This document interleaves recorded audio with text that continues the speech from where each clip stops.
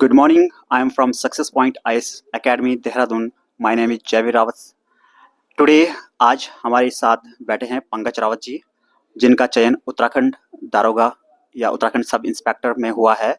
और उत्तराखंड के टॉपर पंकज रावत जी, आज उनसे हम कुछ चर्चा करेंगे कि आपने कैसे प्रिपरेशन करी और कहाँ से प्रिपरेशन करी और बच्चों को क्या संदेश देना चाहोगे।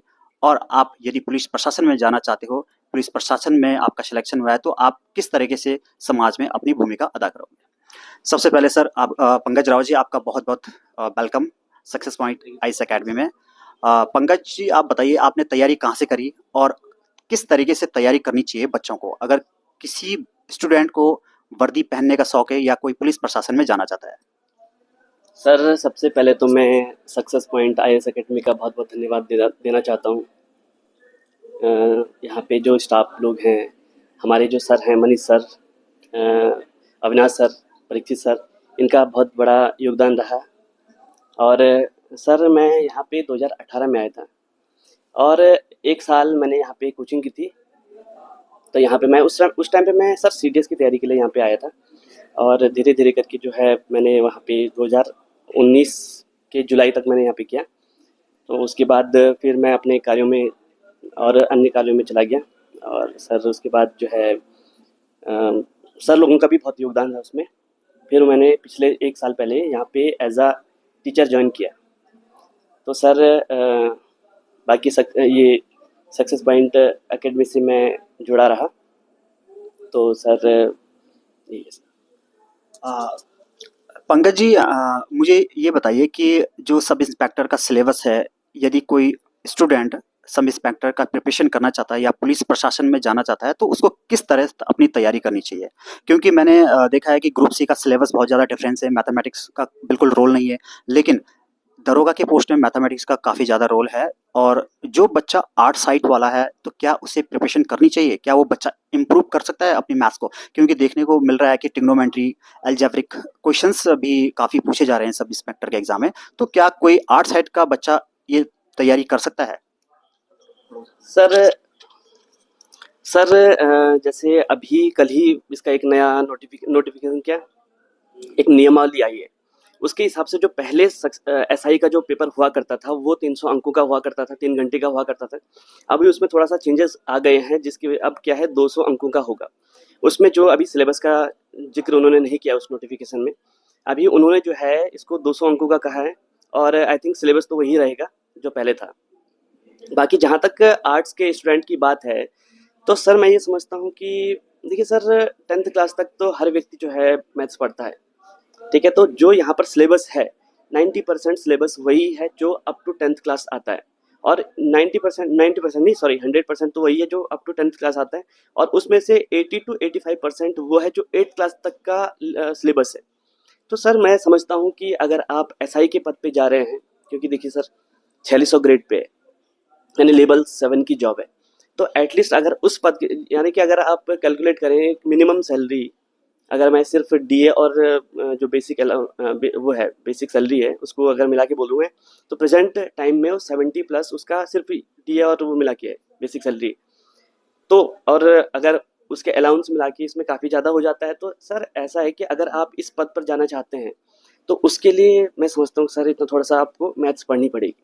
अब उसमें भी मैथ्स भी कितना है, अब जैसे जो बच्चा ग्रुप सी की तैयारी करता है वो हिंदी पढ़ता है, वो जीएस पढ़ता है, वो उत्तराखंड पढ़ता है, वो रीजनिंग पढ़ता है, सिर्फ मैथ्स ही तो नहीं पढ़ता वो।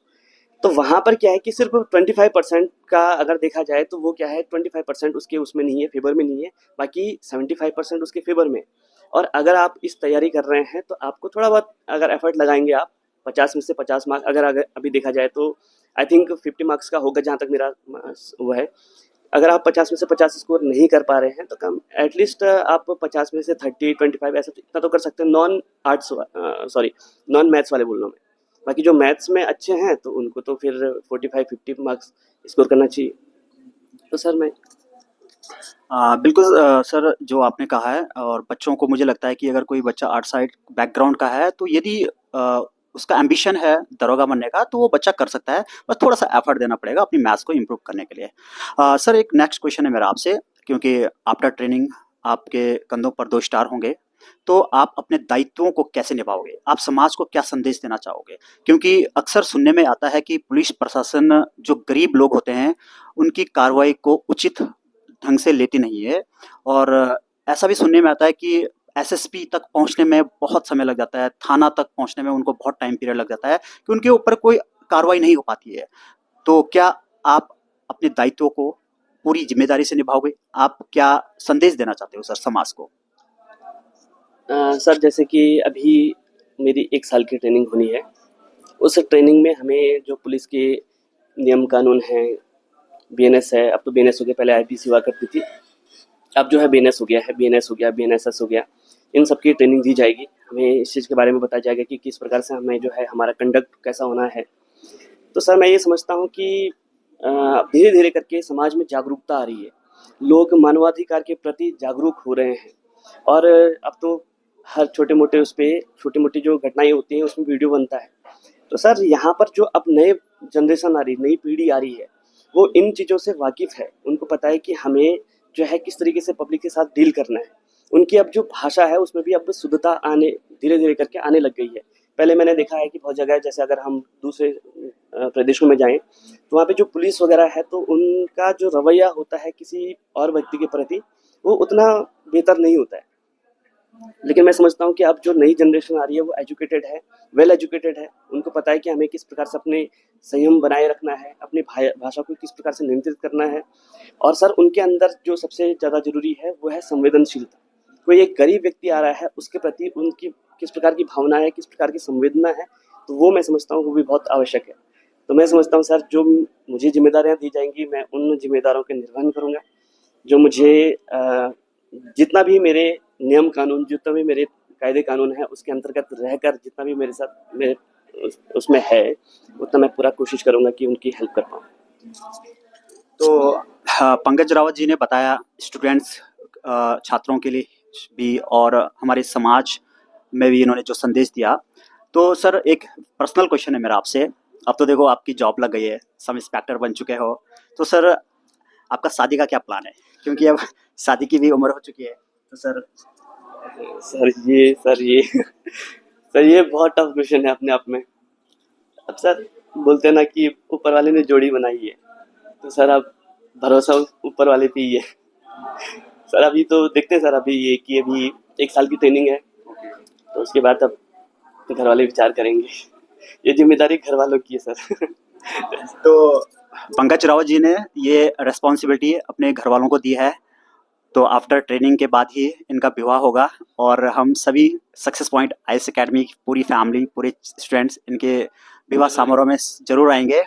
तो पंकज राव जी, बहुत बहुत धन्यवाद आपका, and best wishes for your future life. Thank you very much. Thank you sir, thank you.